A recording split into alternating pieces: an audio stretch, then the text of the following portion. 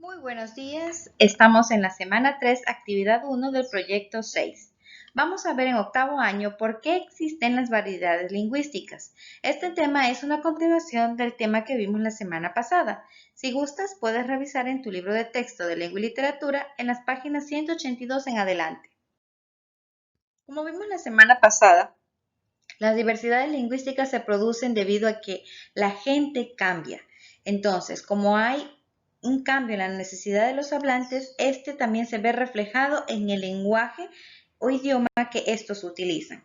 De ahí que se crean diversidades lingüísticas o variedades que les permiten una mayor eficiencia al momento de comunicarse.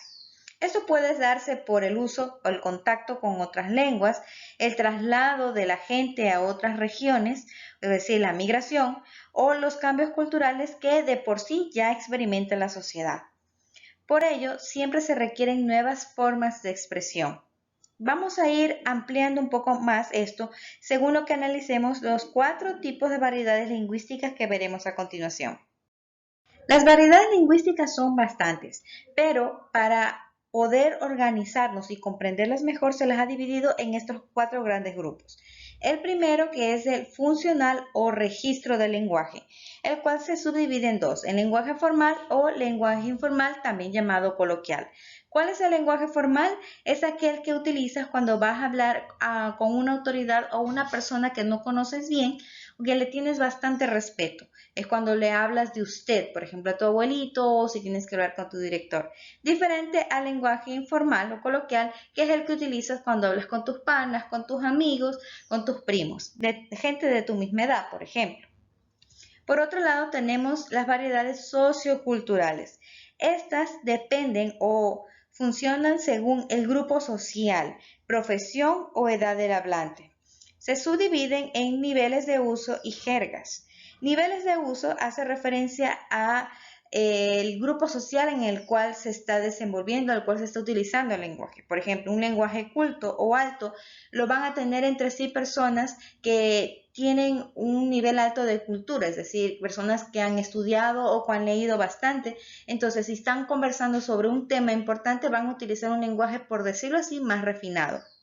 A diferencia del nivel medio, que es el que se utiliza más y que es más a menudo, o del vulgar, que en cambio es el nivel más bajo del lenguaje y pues obviamente ese es el que se utiliza, el que dice en el idioma callejero, ¿ya?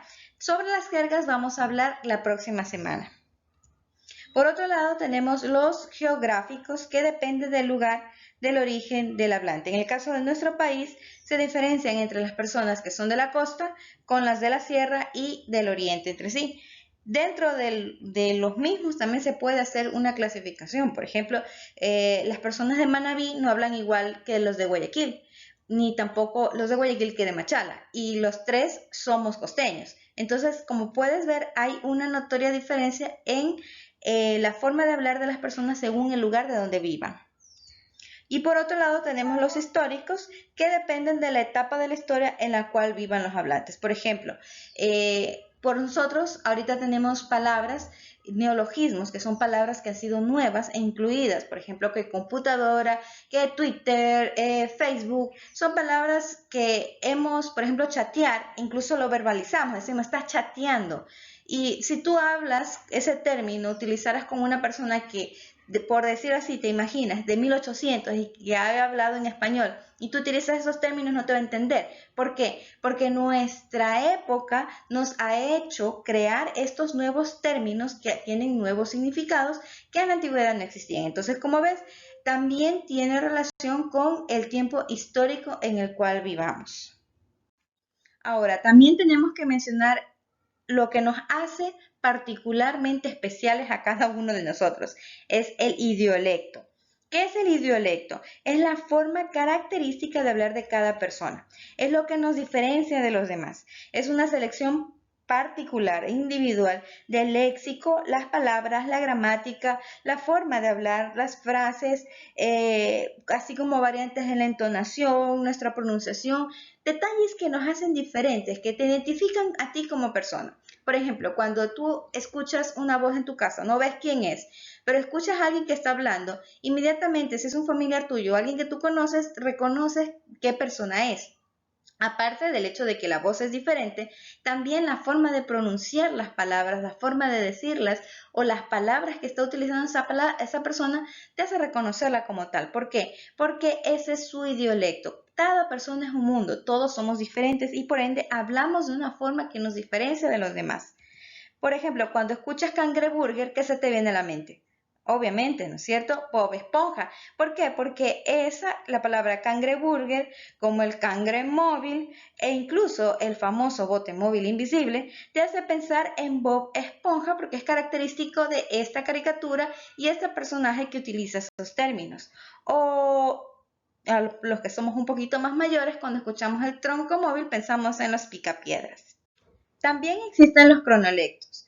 Crono significa tiempo y lectos significa lenguaje. Entonces, hay formas de hablar de grupos de personas que tienen en común la edad. Por ejemplo, no es lo mismo el lenguaje que utilizan los niños entre sí, los jóvenes mayores entre sí, los adolescentes o los adultos mayores. ¿Por qué? Porque entre sí utilizan términos que los caracterizan como grupo. Los seres humanos somos tan especiales que podemos utilizar varios niveles del habla en nuestra vida diaria. Por ejemplo, un arquitecto que analice con su equipo de diseño una casa va a utilizar una jerga profesional. Como mencioné, vamos a ver más adelante qué son las jergas. Si lo explica el mismo tema a los clientes, va a utilizar un nivel coloquial, es decir, un nivel que esté a la altura de que le entienda cualquier persona, ¿no es cierto?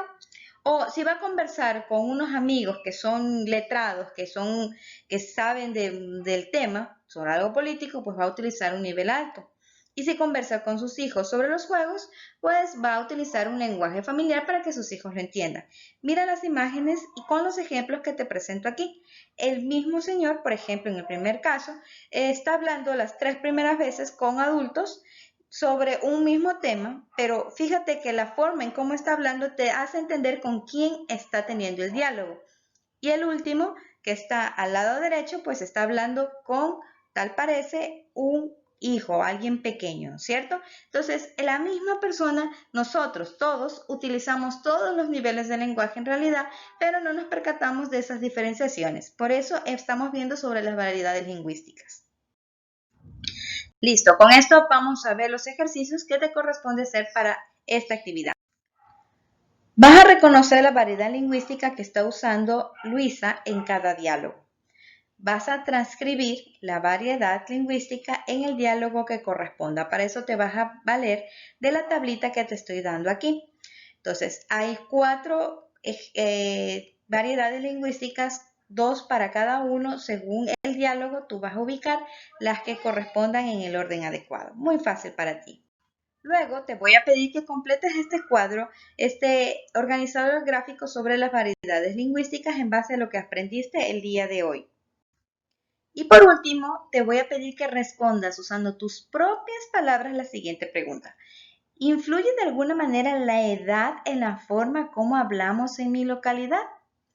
Debes pensar primeramente sobre el tema y responder con tus propias palabras qué es lo que tú piensas o has analizado sobre la forma de hablar en tu localidad. Es decir, si predomina más la forma en que hablan los jóvenes que la forma en que hablan los adultos. Piénsalo. Vamos a ver qué aprendimos hoy. Pues bien, vimos que las variedades lingüísticas son las diferencias lingüísticas entre los hablantes de un mismo idioma. Esto ya lo aprendimos desde la semana pasada, solo lo reforzamos. Siguiente, vimos que la diversidad lingüística se produce porque las lenguas cambian según la necesidad de los hablantes. Las lenguas o el idioma no es estático, evoluciona con el tiempo por la necesidad de las mismas personas. Y También aprendimos que son múltiples los motivos que pueden propiciar que aparezcan nuevas variedades lingüísticas, pero para organizarnos mejor vimos 4.